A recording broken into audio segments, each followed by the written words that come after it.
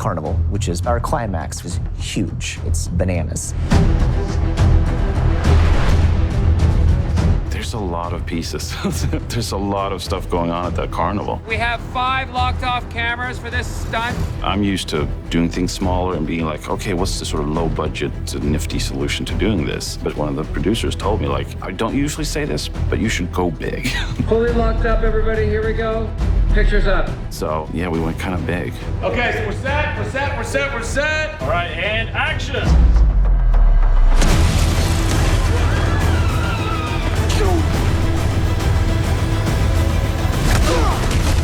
Almost too big, because it was like, okay, maybe scale it back a little bit.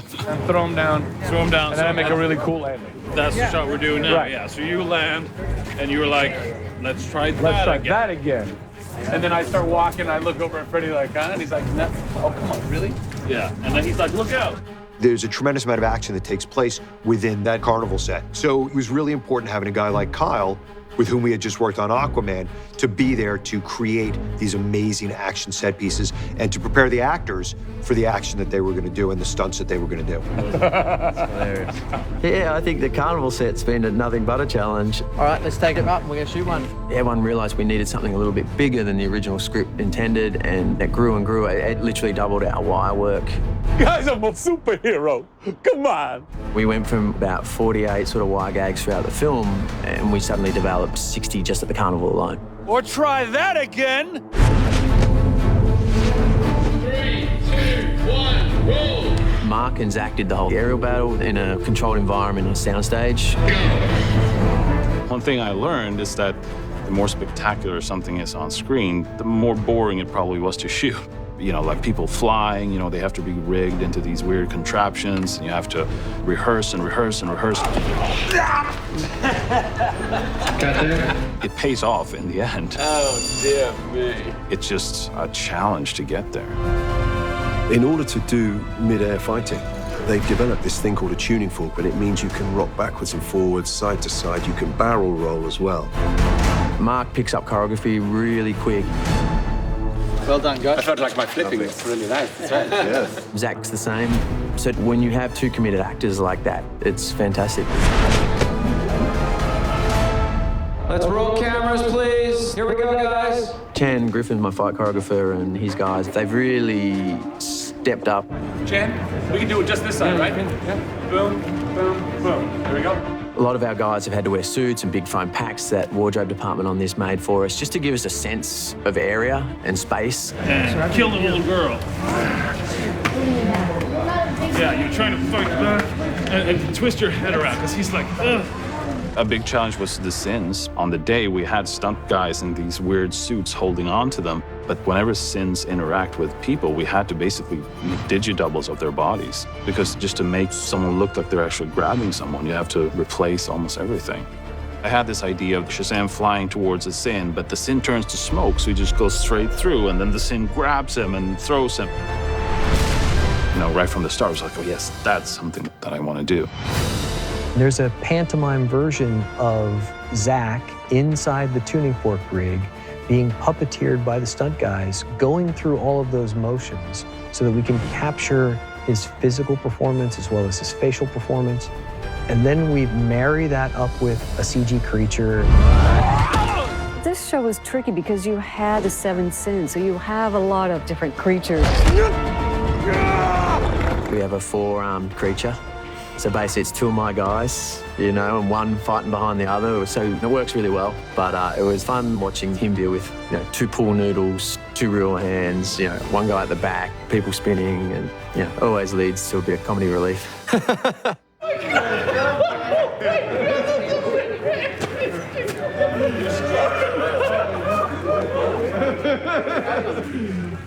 Hi there. What's up?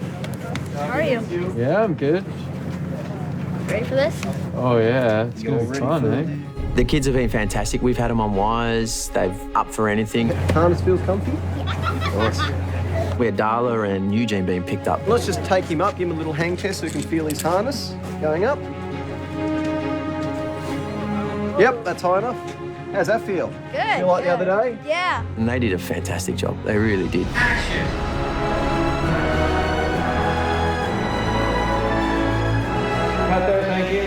And it's exciting. You see their smiles on the faces when they come down. Yay! I love it. You know, I have a 7-year-old boy at home, and I know he'd love to do that sort of stuff as well. Super. It's the most fun thing in the world that I've done. Walking from over here and heading over to where Raph is. Yeah. But when you're at this point, you hear Freddy say a thing about he's figuring out that the eye is the power. So you stop, turn to the kids, and say like, gather the mugs. Yeah. And then after that, it's when the sins come out. Scared? You will be. When you come to work and you've got sets like this, you don't have to use your imagination. In a film in which, you know, there is a lot of blue screen and CGI, these kind of movies involve a lot of that. It's wonderful to have sets that do the work for you. It's been, you know, amazing.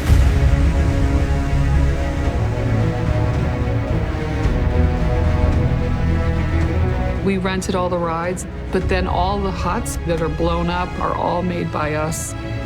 It is pretty incredible how much of a legitimate carnival that they've built in this big open lot. We literally blew up a Ferris wheel, guys. So it was cool. an actual Ferris wheel, cool. And they just dropped it on its side. It was insane. Part of the end climax of the movie is the Ferris wheel coming down. When we first showed up, everyone said, okay, we're gonna drop a Ferris wheel on this, and don't worry, we'll do it visual effects. And I was like, no, you won't. Because that's the kind of stuff I do these big movies for. We bought a Ferris wheel from an old amusement park. We took all those parts and brought them back here, and we essentially re-engineered 80% of it. It's a Ferris wheel, which seems like something that's in every amusement park, but it's supported from one side. And then it needed to be safe enough to have it operate as fast as a Ferris wheel will go, and then tip to 30 degrees with people in it. Oh my gosh, those people! We had to measure out where this thing was gonna fall and then put some marks on the ground so that we knew where the wheel was gonna come to. And the cameras are all getting set to a cone you put on the ground. It's pretty stressful.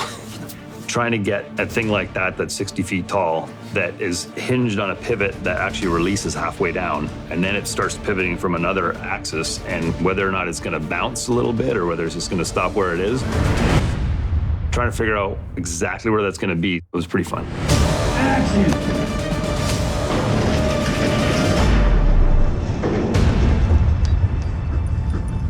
We're actually pretty happy with the spot we picked because it landed probably about 3 inches from where we thought it was gonna land in the first place.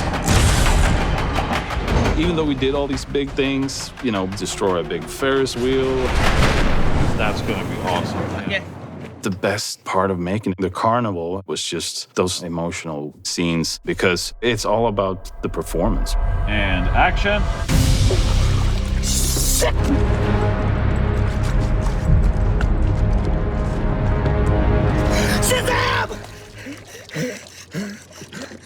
Think you can do that one more time? Yeah. But once your head comes up, you can take a second or so to just to catch your breath and then say Shazam. Yeah. Just help you with this. Oh, yeah, that's awesome. Let's do that. Okay. Something that seems simple, like Savannah pushing Billy's head into the ice water. That was an extremely difficult stunt. You okay, yeah? Yep, we're good. And, you know, Asher did such a great job. The Carnival was millions times bigger than anything I've done before. It's extremely complicated because myself and David had frame by frame on huge boards, not one, not two, 10, 15 boards of what we have to follow. So this is the only way to keep track, shot by shot. But light-wise, fantastic, full of colors. Then when the family becomes the Shazam family, you have superheroes flying everywhere, up and down. Yes! Blue is my favorite color, and I can fly.